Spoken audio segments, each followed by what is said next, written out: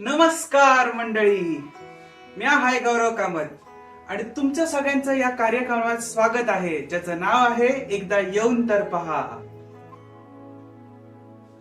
आज आपण पाहणार आहोत एक गावापासून वाढलेलं शहर, म्हणजेच आपलं कळवा. चला मग.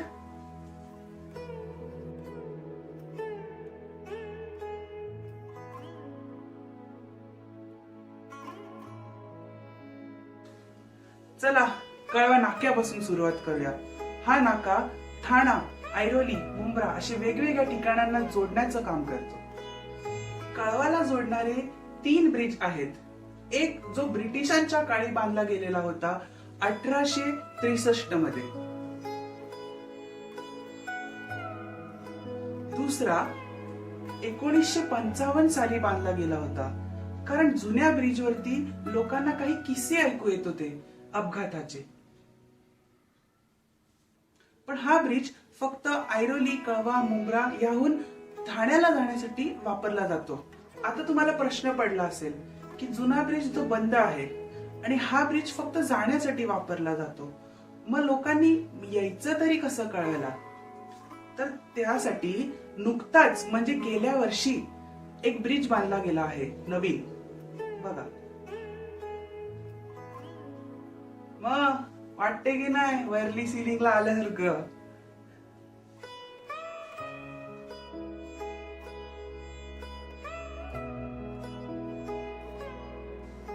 आमच्या कळव्यात वेगवेगळे नगर आहेत आणि वेगवेगळ्या नगरांची वेगळीच गंमत आहे.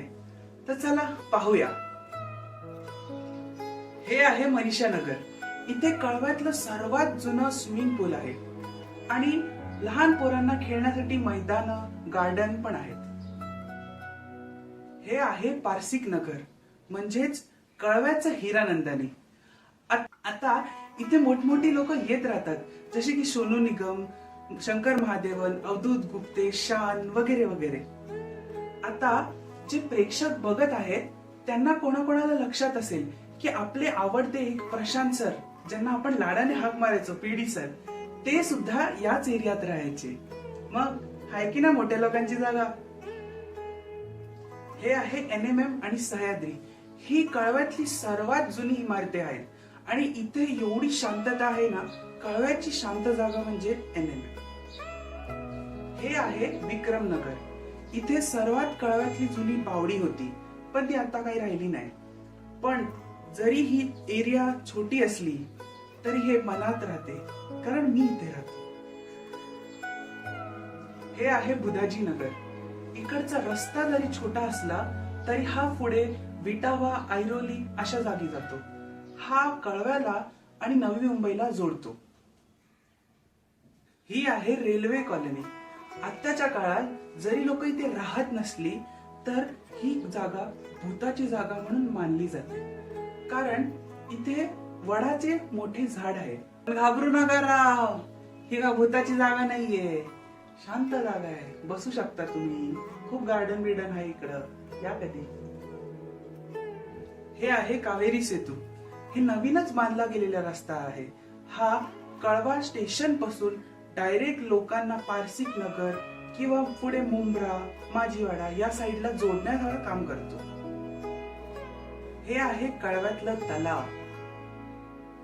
हे आहे रेती बंदर. कळव्यात असे बरेच नगर आहे, जसे की फुले नगर, घोलाई नगर, आई नगर, विटावा, खारेगाव. पण हे जर तुम्हाला बघायचं असेल तर कधी काही दिवस काढा आणि राहून पहा कळव्यात. कळव्यात लोकांच्या मदतीकरता वेगवेगळे रुग्णालय सुद्धा आहेत, जसे की शिवाजी हॉस्पिटल, जे फक्त रुग्णालय नसून एक राजीव गांधी मेडिकल कॉलेज सुद्धा आहे. आणि वेगवेगळे मोठे मोठे हॉस्पिटल, जसे की सफायर हॉस्पिटल, प्रकृती, प्रमिला असे वेगवेगळे हॉस्पिटल सुद्धा आहेत. आणि हर एक नगरात एक लहान लहान क्लिनिक सुद्धा आहे, जे लोकांची मदत करतात. आता रुग्णालयात माणूस बरा व्हावा म्हणून लोक कोणाकडे पाया पडतात? देवाकडे. तर त्याप्रमाणे माझा कळवा तसा सेक्युलर झाला, कारण इथे नुसतं मंदिरात नाही तर मस्जिद, चर्च सर्व काही आहे. चला एक एक करून तुम्हाला दाखवतो.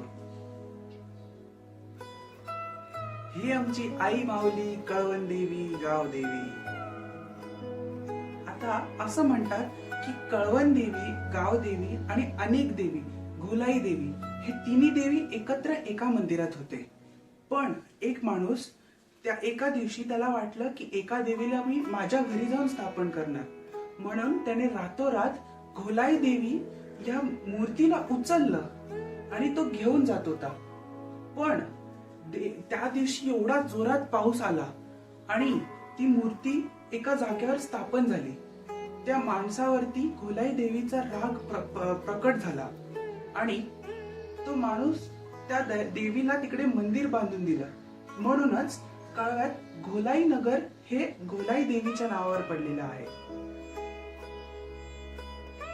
ही आमची आई तुळजाभवानी. हे आहे शंकराचं मंदिर. हे आहे त्याच्या मुलाचं म्हणजेच गणपती बाप्पांचं मंदिर. हे आहे त्यांच्या दुसऱ्या मुलाचं म्हणजेच अय्यप्पांचं मंदिर. हे आहे स्वामींचं मठ. हे आहे साई बाबांचं मंदिर. हे आहे जैन मंदिर. हे आहे टाकोळीचं मस्जिद. हे आहे जमा मस्जिद